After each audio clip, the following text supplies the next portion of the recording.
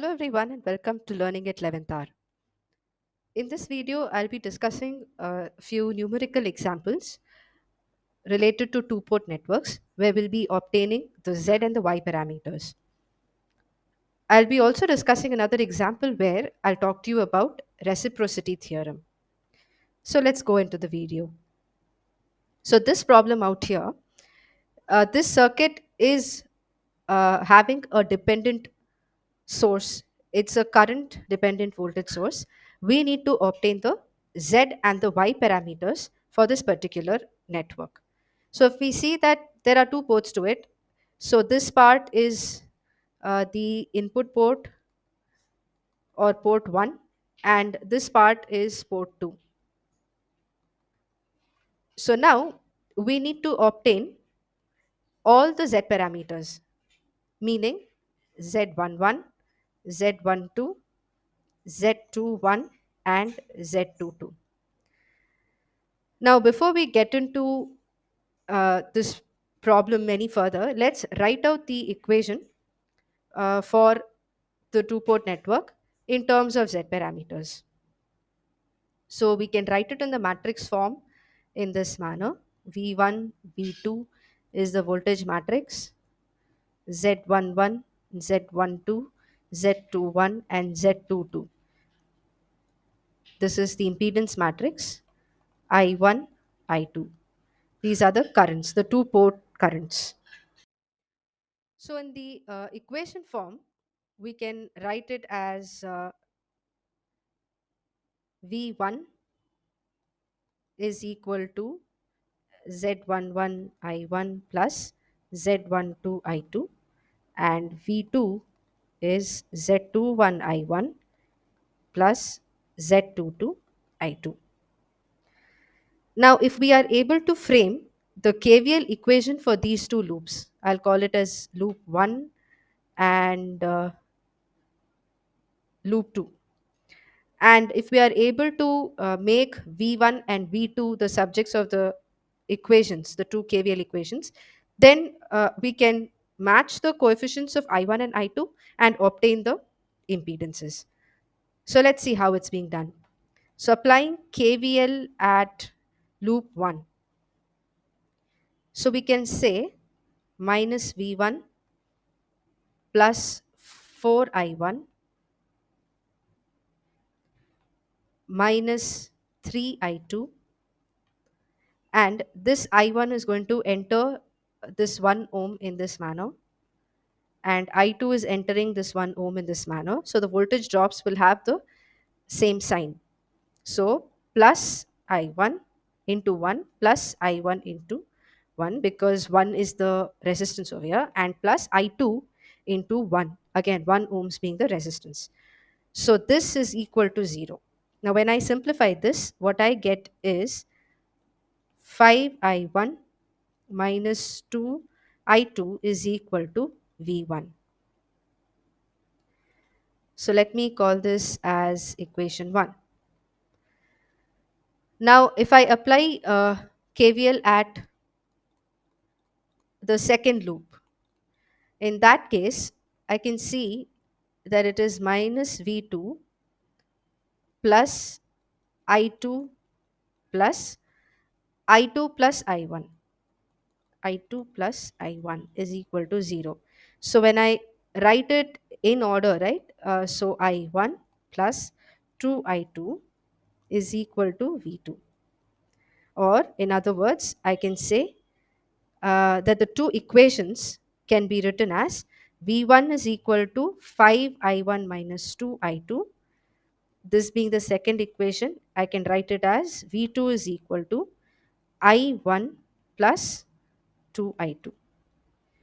So from this, if we notice, the coefficients of these equations will become our impedances. So then I can say Z11 is equal to 5 ohms, Z12 is minus 2, Z21 is 1, and Z22 is going to be equal to 2. So having obtained this, Can I now find out the y parameters? Yes, I can, because I can write out the y parameters in terms of z parameters, where y11 is z22 divided by delta z, y22 is z11 by delta z, and I can write y12 is minus z12 by delta z, and y21 is minus z21 by delta z, where I can say that delta z is nothing but z11 z22 minus z12 into z21. So if I substitute these values, I'll be able to obtain y11, y12, y22, and y21. So let's go ahead. So we know that z11 and z22 are over here, 5 and 2. So that is 10 minus, multiplying minus 2 into 1 is minus 2. So this becomes plus 2 because there's already a minus here. So this becomes 12. Now, Z22 we know is 2 ohms. So therefore, Y11 is equal to 2 by 12, which is 1 by 6. So this should not be ohms, this should be more, because this is admittance. Next is Y22. That would be Z11, that is 5, divided by delta Z, which is 12. So 5 by 12 more. Next, I have y12 is minus z12 by delta z. So minus of z12 as in minus of minus 2, which is 2. Delta z is 12. So again I can write it as 1 by 6 more. And we can write y21 as minus of z21 by delta z, which turns out to be z21 is 1 ohms. So minus 1 ohm by 12, which is this, right? So minus 1 by 12 more. So this is my y parameters.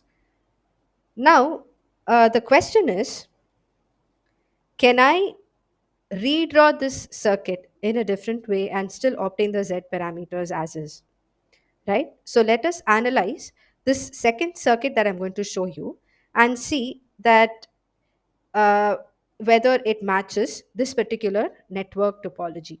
Okay, so we'll see if the z parameters are matching. So this is the second circuit that I am going to help you analyze. So if we see, this is again one loop.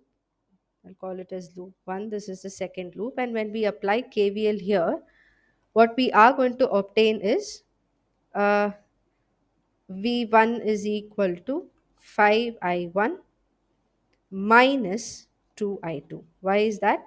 Because if you see, the plus of this dependent voltage source is here.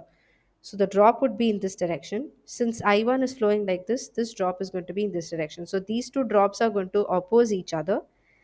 And the drop V1 is in this manner. So if I consider a direction in this manner, this is the equation which I get. This is exactly what we had got in our from our first circuit. Now let's analyze the second loop. In the second loop again, if I consider this to be my direction, so this is going to be the drop here, this is the drop here, and this is the drop here.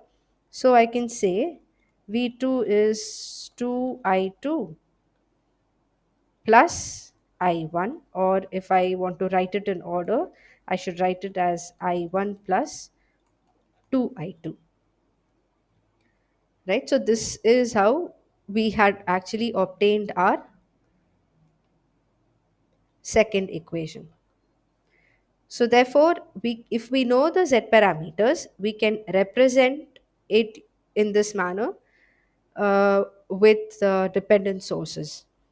So this is going to be useful when we analyze circuits, analog circuits or analog devices, especially the BJT model or the FET model, and when we perform small signal analysis of them. This kind of representation will be useful in such situations. Let's go on to the next numerical. So, with the help of this problem, I'm going to try and explain the concept of reciprocity. So, here we've been asked to obtain again the z parameters. So, let us begin by writing out the equation in terms of the z parameters. So, that is z11 I1 plus z12 I2. V2 is z21 I1 plus z22 I2. Now, we need to write out Z11 in terms of V1 and I1 because we don't have other such information available. All we can do is we need to use the value of these resistances which have been given to us to find out these impedance values. So, from the circuit, we can say that these impedances are going to be purely resistive. So, if I want to obtain Z11, I would actually have to consider I2 is equal to 0. Then I will get Z11 as V1 by I1 provided I2 is 0. So if I2 has to be 0, it means that I need to consider that this part of the circuit is open and I'm connecting a voltage source V1 over here. So let me redraw the circuit. So I have the voltage source V1 which is going to be connected to the 6 ohm resistor, and I have the rest of the circuit as it is 4 ohms. This is 1 ohm, again 1 ohm here, and this part is open, so I'm not going to make any connections as such right now.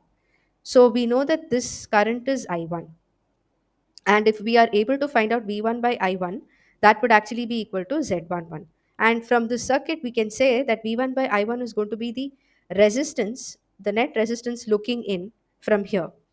So analyzing this circuit, we see that 4 ohms, 1 ohm and 1 ohm, right? They are in series with each other because if we look at this I1, it is going to enter here and split into two. And this part of the current is going to flow in this manner. And if I use a different color for this, this is going to join this component here, put together. Again, I will be able to obtain I1 coming back, right? So this means that these three resistors are having the same current flowing through them, so they are in series. And this combination, series combination, is in parallel with this 3 ohms because they are connected in such a manner that their ends are put together. So I can say that this combination is going to be nothing but 3 parallel to the series combination of this, which is 6. So that is going to be 18 by 9, which is 2. I can therefore redraw this circuit in this manner where I'll have the V1, apart from that the 6 ohms in series with the 2 ohms, the equivalent 2 ohms which we obtained, right? So this is the 6 ohm obtained from here, and this network combination boils down to 2 ohms as we found out. So therefore we can see that the net resistance of this circuit is actually 8 ohms because now this I1 is going to flow into both. So this is 8 ohms. So therefore Z11 is nothing but 8 ohms.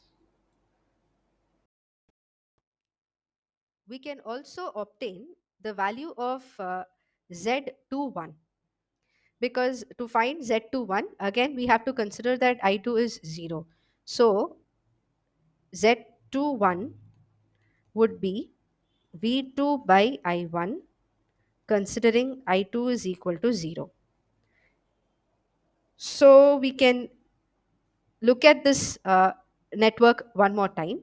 And here if we see, since this part is open and since I2 is 0, we are now going to consider the drop across this 1 ohm resistor to be V2. And to obtain this drop, we need, if we can find out the current flowing through this branch, I'll call it as small I. If we are able to find out this current flowing through this branch, we'll be able to find out V2. And we know that it's also going to be in terms of I1 and V1 because these are the only parameters that are available in the circuit right now. So we know I1 is the total current entering this node, and it is splitting up into two parts, one of them being I. So this means that, as we already saw, that they are in parallel with each other. So if I want to find out this small I can go for applying the current division rule. So when I apply current division, I can see that I is going to be equal to the total current into opposite resistor by sum of the resistances. So the total current in this case is going to be I1. The opposite resistance in this case is going to be 3 ohms, opposite to this 1 ohm resistance, because I is flowing through this 1 ohm. That's what we want to find out. So opposite to this particular branch is going to be 3 ohms divided by sum of all the resistances in this network. So that would be 7, 8, 9. 4 plus 3 plus 1 plus 1. So this is small I. Now we know that small I into 1 ohm is equal to V2. Therefore, I can replace this value over here and I can obtain V2 is equal to I1 into 3 by 9 or I1 by 3. And we know that V2 by I1 is actually equal to Z21. So if I can just bring down, cross multiply this I1 here, I'll get V2 by I1. And on this side, I will be left out with 1 by 3, which is nothing but the value of Z21. So this is how we obtain Z11 and Z21. Next, let's look at how we can obtain Z22.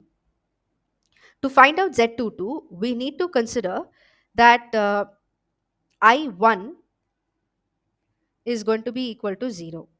So that means that this part is open circuited at port 1 and the rest of the circuit is intact. So basically this 6 ohms will not have any work to do here because this entire 6 ohms is going to lie in the open circuit part. So the circuit merely boils down to something like this.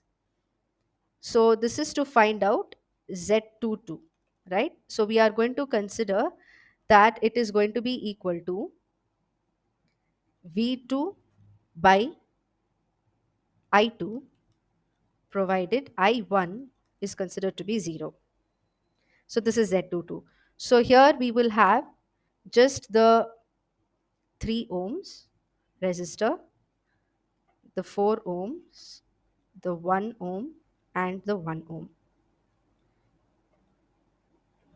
So this 4 ohms, 1 ohm and 3 ohms are connected to the voltage source V2, where the current I2 is going to enter into this node.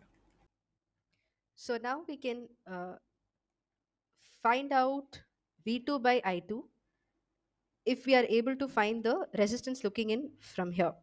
So if you are able to find the equivalent resistance of this part, our job here is done. And in that, we can see that 4, 3 and 1 ohm, these three resistors will have the same current flowing through it and they are in parallel with the 1 ohm. So that is 8 in parallel with 1, or it's 8 by 9 ohms. So this is equal to Z22. Now, in order to find out Z12, so Z12 will be given as V1 by I2, the transfer impedance, provided I1 is equal to 0. So we can obtain this from here itself because it's also the condition where I1 is 0. So here we see that this particular current I2 is splitting up into two. So I being one part and the other part will be flowing through this 1 ohm resistor. And since this part is open circuited, there's no 6 ohm connected here. But we can now say that the drop across this 3 ohms resistor is going to be V1. So therefore, if I find out 3 times of I, then that is going to be V1. Now we have to find out the value of I over here. So I is one of the currents that is branching out from this total current I2. So, so total current into opposite resistance 1 ohm divided by sum of resistances, which is 4 plus 3 plus 1 plus 1, 9. So this is my I. So if I'm able to replace this I over here, what I get is 3 into I2 by 9. This is going to be V1. Now, in order to obtain Z12, I need to get V1 by I2. So if I'm able to cross multiply this, so effectively what I get is V1 by I2 is equal to 1 by 3, which is nothing but Z12. So if you notice in this circuit, the value of Z12 and Z21, both of them are 1 by 3, which effectively means that Z12 is equal to Z21. And this is the condition for reciprocity. So a two-port network can be called reciprocal if their open circuit impedances are equal. And what is the significance of a two-port network? If I have a network, say N, and there is a current that is feeding in, then the open circuit voltage measured here is, say, V. Then V will be equal to Z12I, or it will be equal to Z21I. So in this picture, we see that the current is fed through at port 1 and the open circuit voltage is measured at port 2. But suppose if I had the network in this manner, where the current is fed in at port 2 and the open circuit voltage is measured at port 1, then the values would still be the same. So if I is the current fed through at port 2, V will be the open circuit voltage measured at port 1. So that is what the significance of reciprocity is. And the network is reciprocal only when Z12 will be equal to Z21, because only then this condition is going to get satisfied. So that's all with today's video. I hope you enjoyed the video today and the numericals were useful to you all. Please do subscribe to this channel, and thanks for watching.